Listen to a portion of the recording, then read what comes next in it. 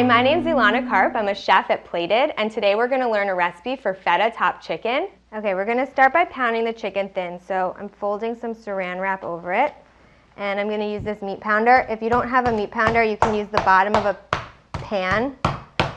You just want to get it pretty thin so that it cooks quickly and evenly. We're just going to season it with some salt and pepper, and we'll get the other side when it's in the pan. So we're going to add it to a pan that's already heating up with some olive oil. If you have a grill pan, that's great. If not, you can just use a saute pan. It's going to take about 3 to 4 minutes per side. Okay, now this one's ready to flip, so we're just going to turn it over. Cook it on the other side. Okay, now that the chicken is done, we're going to move it off the heat. And we're going to put our baking sheet down. Transfer the chicken to the baking sheet. And we're going to put some crumbled feta on top.